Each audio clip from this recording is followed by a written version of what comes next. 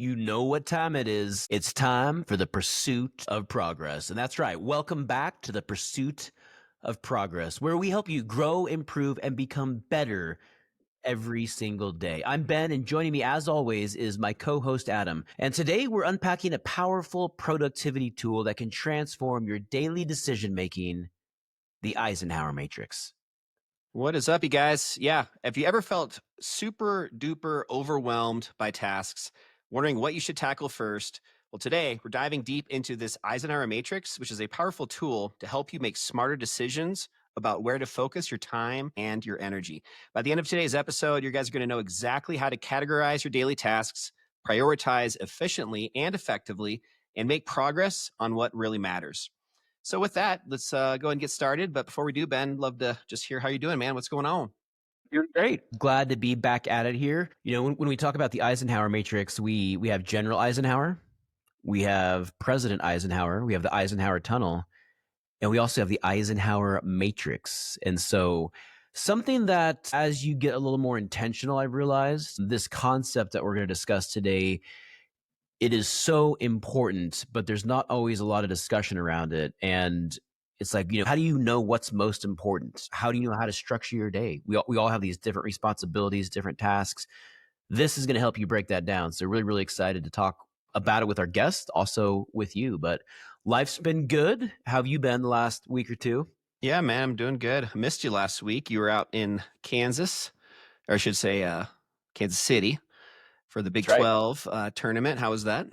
A lot of fun. We got to see a incredible basketball tournament, a lot of basketball games the first 3 days. So Tuesday, Wednesday, Thursday, 4 games apiece those first 3 days. And then on Friday, you have 2 games and then 1 game on Saturday. So a total of 15 games, 16 teams over 5 days. What's great is I haven't watched a lot of college basketball this year, but we got to see the number 2 team in the nation, Houston, who's also now a number 1 seed in the tournament. We got to see them play 3 times. We got to see Kansas play, Texas Tech, and the Big 12 Player of the Year, J.R. Toppin, Iowa State. So many great teams, great basketball. And a couple of the sessions, we were 2 or 3 rows back. I don't know if you've ever sat that close, but when you are sitting that close and you can actually hear, the conversation on the court with the refs and the players, it's a totally different perspective to watching the game. And so that was just incredible. It's really cool. And I also saw that you're out there with your brother and his kiddos, and I saw that you guys got to, or at least your niece got to meet Andy Reid, coach of the Kansas City Chiefs. That was pretty cool. Yeah, very cool. He's such a great guy. I didn't know this, but he's a BYU alum. And so he was sitting courtside at the BYU game, and they had special security around him. So the kids tried to go over during a timeout break, and security shoot him off. And then during halftime, he told the security to ease up, and there was literally a line of people from the concourse all the way down the court side. So we're talking hundreds of people who were just in line to go get their photo taken, and they just kind of zigzagged their way all the way to the front, kind of cut the line and made sure to get a photo with Coach Reid. So super cool that he does that. I think being a public figure, this is the thing that a lot of us don't understand. For him, every time he goes out in public, something like that is going to happen where people are just going to want to stop, take their photo. And I think that would get very old very quick, if you're at the grocery store or at the mall or wherever. And so the fact that he's willing to do that and do it with a smile, he's just a great guy and a great coach for doing that. Yeah, I think as far as coaches go, I probably look up to him more than almost anybody else, just with his track record, but also just his style of, he's not like a threatening, aggressive type. Maybe he gets like that behind closed doors, but just seems like he commands a certain level of respect. And I think that's just from his actions, just from his record with success over 40 years or whatever it is. He certainly seems to be beloved by his players. When you watch the videos in the locker room, they seem to just really, really love him. So yeah, it was a really, really cool experience and awesome photo that I'm sure she'll cherish for the rest of her life. Yeah, that's cool. Well, let's jump right into it. So just explain to me a little bit first off, like what is the Eisenhower Matrix? What's it about? Give me a little background. Yeah, well, let me start off with this quote here. And this quote is from President Dwight D. Eisenhower. And this is what he said. He said, "I have 2 kinds of problems, the urgent and the important. The urgent are not important, and the important are never urgent. So, what does this mean, and what is the matrix? So, the Eisenhower Matrix is a simple but powerful framework, and it is named after President Eisenhower, known for being extremely productive during his presidency. So he was a general during World War II, then became president, and despite his age, he was known for being incredibly energetic and extremely productive. And that's one of his most famous quotes. I have two kinds of problems, the urgent and the important. The urgent is never important, and the important is never urgent. And it's this same idea that Stephen Covey popularized in his book, The 7 Habits of Highly Effective People. And the first step is just realizing that there is an incredible difference between something that's urgent and something that's important. And there are things that are urgent and important. We're going to break into that. But number one, you have to filter out and categorize, is this urgent? Why is it urgent? Or is this important, and why is it important? Uh-huh. Yeah, I think if you guys can get nothing else out of this episode today, just having a little bit maybe deeper awareness of this when you start to have, issues and just, obstacles, coming up against you with your day-to-day lives, just taking that extra step to really think, all right, is this really urgent? Is this important? And kind of almost just attacking every day like that, where, I hopefully you either, have a game plan from the night before. So that way, when you start every day, you have some direction on what you're starting your day off with, what kind of work you're starting with. But if you don't, I think this is a good thing to maybe start every day with. Just look at whatever you have on your agenda and, what's important, what's urgent. And I guarantee the more you do this, the more you'll probably realize a lot of the stuff you thought was urgent probably maybe wasn't so much as you thought it was, or at least you can minimize that by just focusing more on this daily, focusing more on the important stuff on a daily basis. That's right. And I think one of the first steps, and I know that you want to get into the quadrants here, but really quick, one of the first steps, like you said, is just being intentional, like learning how to be intentional and getting in touch with what your tasks are. And I think that's almost step zero. Identifying, writing down, what are you doing? What's taking up your time? Why are you doing these things? And starting to then evaluate, is this the best use of my time? Should I be doing this? Should this be delegated? I told you that I'm reading that book by Dan Martell, Buy Back Your Time. And I would say that a lot of these same concepts that we're going to talk about today are themes in his book, learning how to delegate. And so it's something, I would almost say that this is one of those things, people are always looking for shortcuts or secrets to get to the next level. And I would put this lesson today in that category, where if you can really master what we're talking about, this can have a transformational change in your business, your productivity, your personal and professional life. It can radically change your success and how quickly you're accelerating. I love that. And as far as these quadrants go, you guys are just listening and not watching the video version. Just so if you guys don't know, we have video versions always every week available on YouTube. You can also catch the full video versions on Spotify. But as far as these quadrants, you guys can just kind of picture this in your head today. I'm not going to be putting this on a whiteboard or anything, but if you can just imagine in 4 quadrants, upper left, upper right, bottom left, bottom right. The quadrant 1, which I always like to put in the upper left, is what's called urgent and important. You always want to do these ones first. So these are just tasks that have immediate deadlines or immediate consequences. An example would be like paying overdue bills, maybe some emergencies came up at work, maybe even if personal life, maybe just some critical health concerns that you have. You can also just even take this a step further. Maybe it's just some of the goals that you have currently. Maybe one of them is getting in better shape. Maybe right now that falls into quadrant 1. So doing your workout in the morning, that becomes this, top priority at the time. Down the road, maybe some of those are going to change. So what you have in your certain quadrants might not always stay in that quadrant. It really just can be something that you address on a daily or weekly basis. So again, quadrant 1 is just the urgent and important. If you go to quadrant 2, which is the upper right, that's important, but not urgent. These are what we call scheduling tasks. So these are things that are crucial for your long-term success, but they aren't pressing.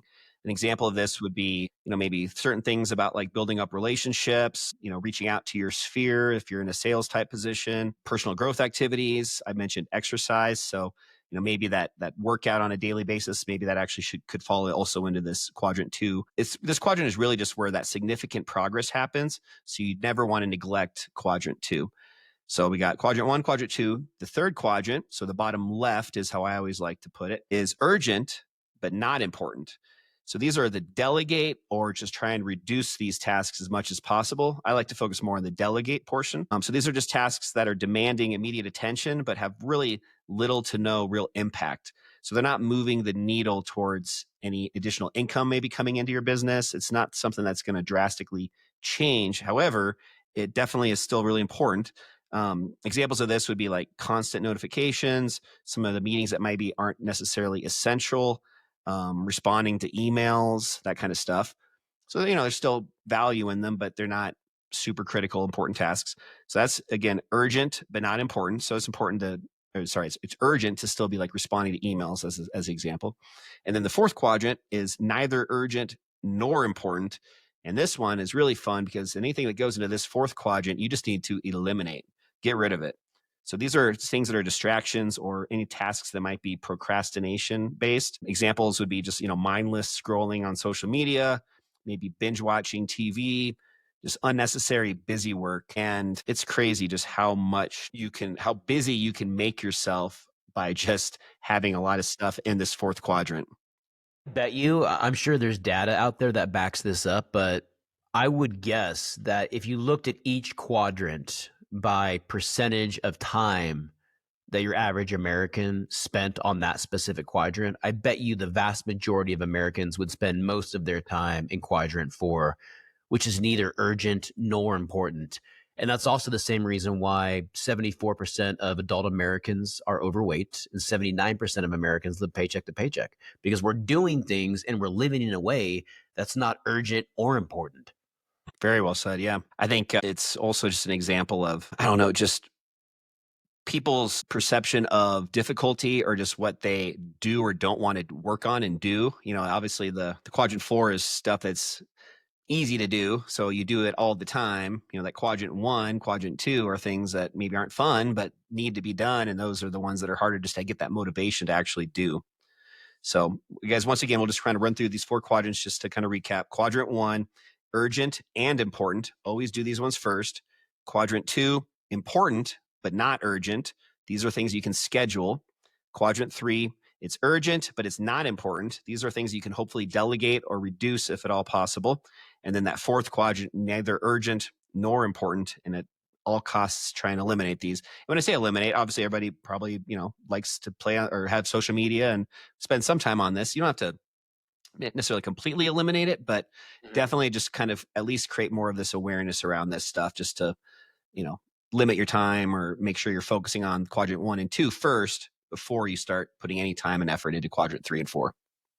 See Charlie in the back there telling us we got to go to break because I know our sponsors want to get their word in. But before we do that, what suggestions would you have especially for some of our listeners who have never gone through this exercise, as far as really, what is the best way to determine, because, when you talk about something being urgent, but possibly not important, but then something being important, but not urgent, for folks that have never heard this concept, what suggestions would you have for helping them determine the difference between urgent and important?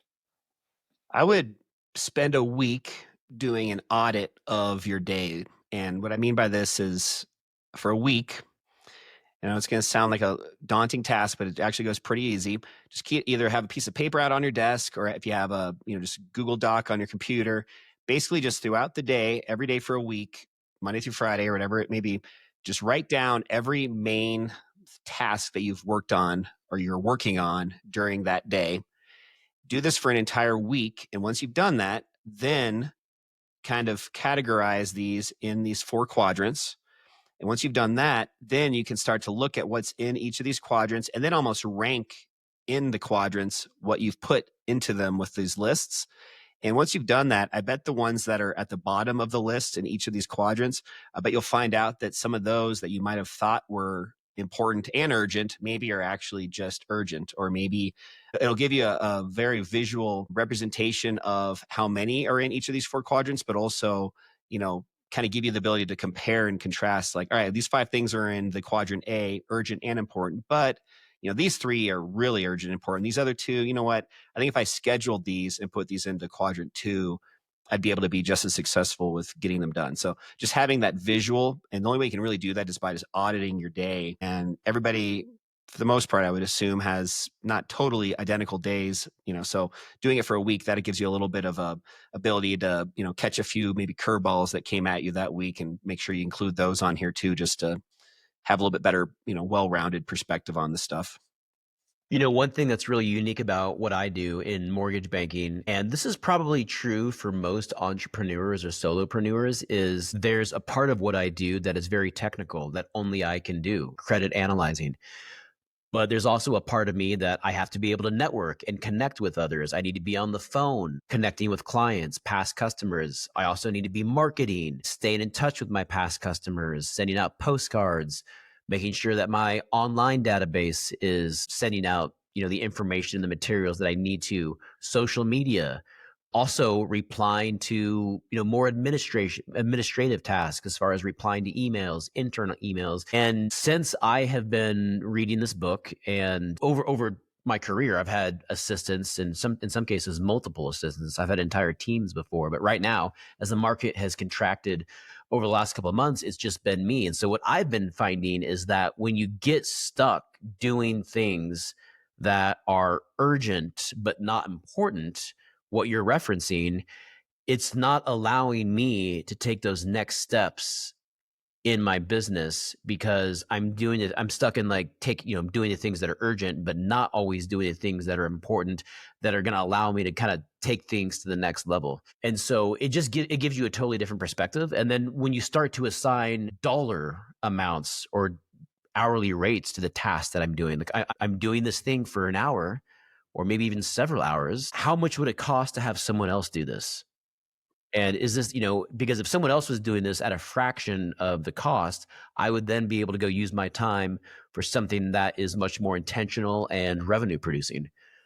So learning how to do that, and I think doing the time audit, what you suggested, is a great way to get started. And I think that is, like we talked about at the top of the podcast here, that's kind of step 0, just auditing yourself. Where is your time going? How are you spending your time on what things? So I think the time audit for a week, I think that's a great suggestion. So thank you for recommending that. I know he's literally barking at us to get to the break here. So here we go. This week's episode is brought to you by Adam Sells Denver, because in 2025, real estate isn't just about buying and selling, it's about winning. The market is shifting, interest rates are changing, and the ones who win know how to play the game. I love that. That's why Adam Sells Denver and I are teaming up for a brand new monthly live masterclass webinar. We'll cover everything you need to know to buy a home and succeed in today's market. For dates and details, follow Adam Sells Denver on social media or visit webinar.adamsellsdenver.com. Now, let's get back to the show. All right, you guys. So, talking now about just implementing and some of these action steps. I'll let Ben kind of take the lead on this, but we basically put together 4 steps, and these are just trying to create some actionable takeaways for you guys if you do want to, kind of try and implement this into your lives. So, Ben, let's start with just the step 1 that we put together. Explain that. Yeah, so step 1 is going to be a brain dump and categorize. So take 5 to 10 minutes each morning or night and write down everything you need to do that day or the next day if you're doing it the night before. And then once you've done that, take it a step further and sort each task clearly into the 4 quadrants. That's something that I have always done. I've always written out kind of a game plan for the next day. I do that the night before. When I log on in the morning, I'm not figuring out what I need to do. I already know. I already have my playbook planned for the next day. But then learning to take that to the next step and categorize these things. And so essentially what I will do is I'll write everything down, what I need to do. And then I will then go and categorize it. And then I will outline, and then I'll kind of almost make a new list again based off of urgent and important.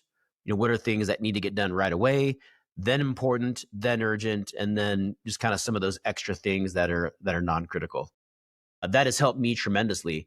Step 2, quadrant check-in. Start your day focusing on the first quadrant, the tasks that are urgent and important. Then prioritize and schedule at least one quadrant 2 activity each day, like exercise, personal development, or family time. What's great about what we've done and how we have been really focusing on our personal growth is that we're doing quadrant 2 things as soon as we get up in the morning. We're going to the gym. We're doing some reading a lot of times, maybe listening to a podcast on the way into the gym. And so once you start to build that momentum and you're doing things that are important, you're focusing on kind of some of those long-term habits and activities that are going to improve your mindset. It can be very, you realize the growth that's happening, even if it feels like it's slow. You just start to become more confident. Have you experienced that too? Yeah, definitely. I think I want to just give one other comment on that step one about the brain dump and categorizing. This is also a great way just to have that visual resource on your desk somewhere just to visually see all this stuff. And what I like to also do is just kind of use this as I don't know, it's kind of like your parents keeping you in line. It's like you can't do any of the quadrant 4 tasks, like your social media, scrolling, or whatever it is. You know, basically, you can't even look at that. You can't even touch that. That's like the dessert. You can't even do any of that stuff until everything in quadrant 1 is complete. It again just kind of is a very visual, easy way just to see where your priorities are at and what's the most important for the day. And then as far as the step 2 with the quadrant check-in, it talks about prioritizing at least one of these being scheduled a day. Well, this could be a whole separate episode, but I also really love the concept that Andy Frisella, one of my favorite entrepreneurs, has talked a lot about. He actually has a whole book about it, he has it called the Power List, which is just these 5 tasks he puts down every day. They don't have to be the same tasks every day, but basically it's these 5 non-negotiable things you have to get done before the end of the day. And it could be business, personal related, whatever, but it's kind of the same idea as this goes, where you're just, adding on more to your plate. And what happens is the more organized you get, fast forward a month and you realize, oh my gosh, I can actually do twice as much in a day that I was doing a month ago, just because I'm now organized and I'm prioritizing my tasks and I'm not wasting all of this time between one project to the next because I don't know what to do. If you ever have days where you just are kind of feeling lost, where you don't know what to work on, that's just kind of wasted time. Versus by having some of this structure with your quadrants, you immediately know, what else needs to get done, and just keeps you kind of more motivated and on track. What you're describing is to go fast, go slow. So start by going slow so you can go fast. I came across that quote today on social media. I've heard it before, but it kind of pops up again today as a reminder. And that's so true. What you're describing is when you are more prepared, you're more organized, you have your power list, you have the things written out, and you know what quadrant they're in. That is going to take some time. Let's be real. So many times when I get up or when I start my day, I have this almost anxiety where I got to like get it right into my workflow and like start doing this. But then I have to like pause and say, okay, where am I starting? What am I focusing on? And that is where I learned to start creating these lists, because when you create the list, it does take some time. And that's why I suggest doing it the night before. That way you can jump right in the following morning, where if I do it that the day of, I'm just feeling a little more stressed already, and I don't like that. What I prefer to do is just write down the 3 or 4 things that I'm grateful for, and then transition and already have all these steps done. But it is going to take some time. Build that into your end of day. It's going to be 5 or 10 minutes, but then your mornings and the start of your workday the following day, you will feel so much more capable, confident, and competent. You'll be ready to roll. All right, step 3, setting boundaries and delegate. Identify tasks in quadrant 3 that could be delegated or limited. Practice politely saying no or setting boundaries around your time. Sounds small, might sound insignificant, but so important. Mm-hmm. Yeah, the realization for me on this one was when I got my first virtual assistant. I've a team now at this point of people in the Philippines that help me out, and being able to kind of realize how capable other people can be if you just empower them and at least give them enough time initially to clearly describe what it is you're trying to accomplish. And just by doing that, delegating becomes so much easier. Not to chew into this, but one of my really good buddies and another mentor friend of mine, Eli, who's part of the legit agents that I'm with my real estate stuff. He talks a lot about delegation and how it's basically this 10-80-10 rule where you put 10% initially upfront yourself into just describing whatever it is, the task that you're trying to get accomplished, describing this and explaining it to your virtual assistant, or maybe it's just your secretary or somebody else in your office, or it could be anybody. So that's that first 10%. And then you give it to them to handle the next 80% of whatever that task is. But the kicker here is that final 10% is you making sure you don't just assume that it's done and leave it at that. The last 10% is then going back, reviewing, tweaking it, making sure it's exactly what you were expecting, and just kind of putting that finishing touch on. But that 10-80-10 rule with delegation is huge. And it's something I think that can really help you guys if you are running into issues where you're just feeling like you're underwater with too many things on your plate. You can't get enough done. You don't have enough daylight in the day to accomplish your stuff that you're trying to work on. It's so interesting that you brought that up, because that's also in the book that I'm reading, Buy Back Your Time by Dan Martell. He specifically talks about that, the 10-80-10 rule. And he also gives historical examples. I don't know if you were aware of this, but that is how Andy Warhol became so famous.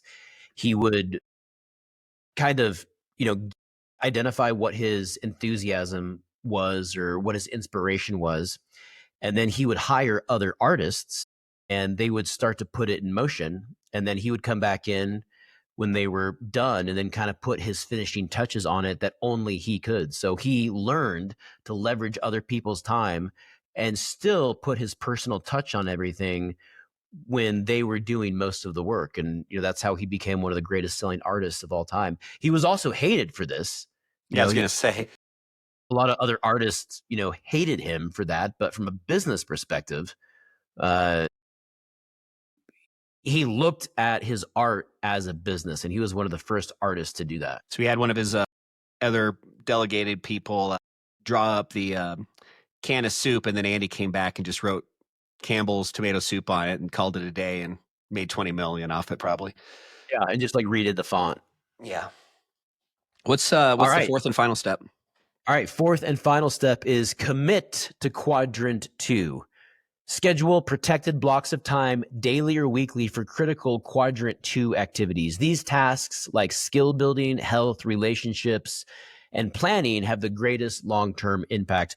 Let me just share a couple comments, and then I'll pass the mic over to you. I've gotten really good at doing this for my health and wellness activities. So running, working out with you. I'm running pretty much 6 or 7 days a week. I'm hitting the gym 6 or 7 days a week.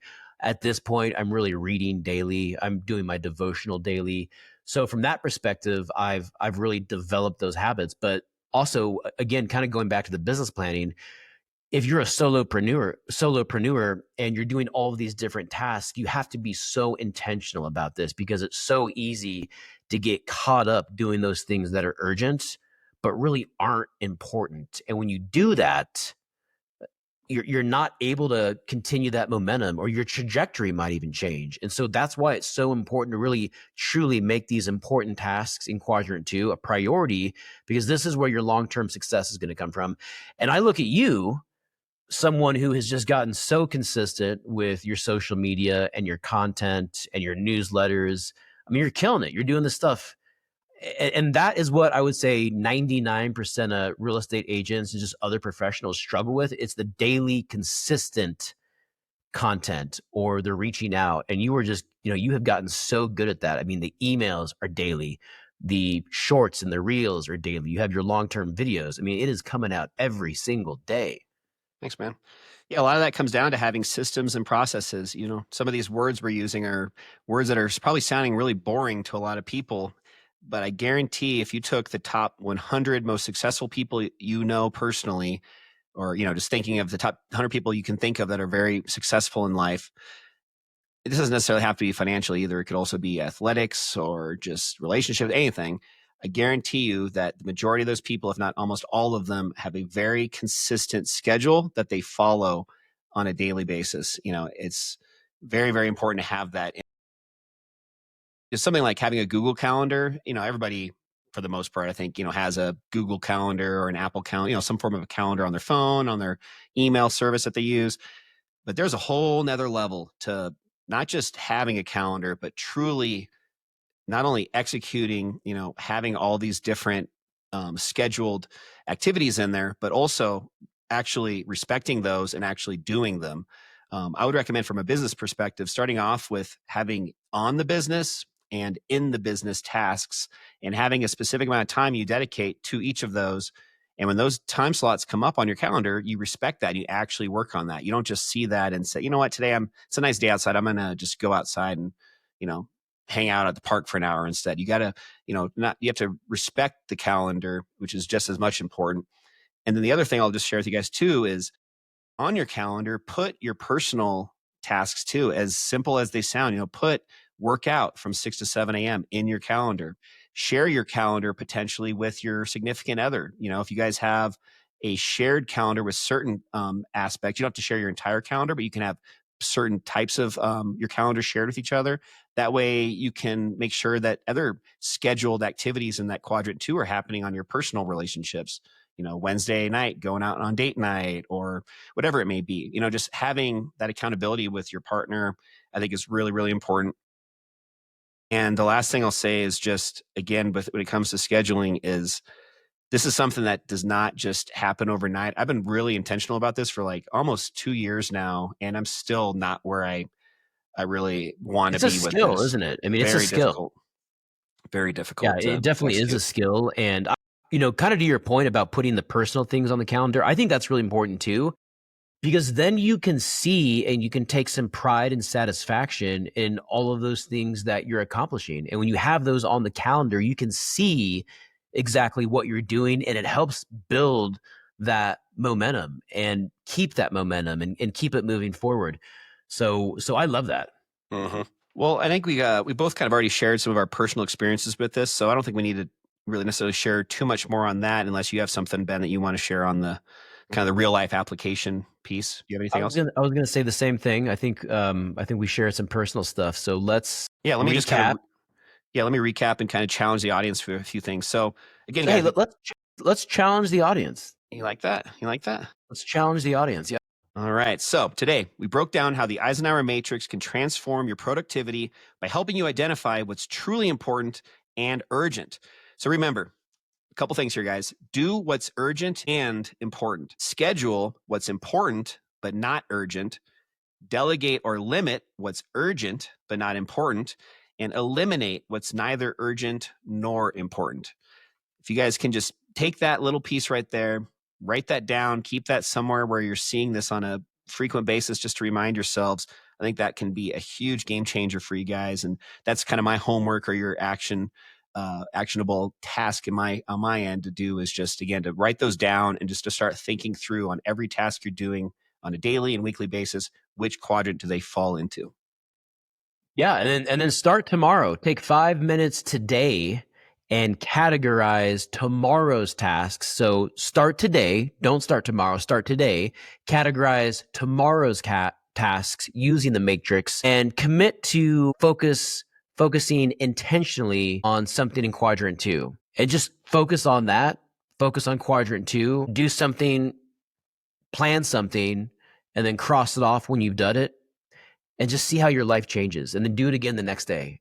Yep, love that. I think this was a good episode, guys. If any of this resonated with you, share it with somebody you know, anybody you think might also get some value and maybe needs this. Maybe they're, a great person, but they're just feeling, anytime you talk to them, like they're just underwater and really struggling just to kind of get a little bit of momentum behind them. This is a great tool just to kind of help at any level of life that somebody's at, whether they're just kind of getting going in their career or they're a 30-year veteran CEO. I mean, this can be applied to any walk of life, personal or professional. That's right. And if you want to continue leveling up your personal and professional life, stay connected with us at the Pursuit of Progress. Have a positive and productive week ahead. This is Benjamin Adams signing off for Adam Lang on the Pursuit of Progress. Thanks, everybody. We'll see you guys next week. See you guys.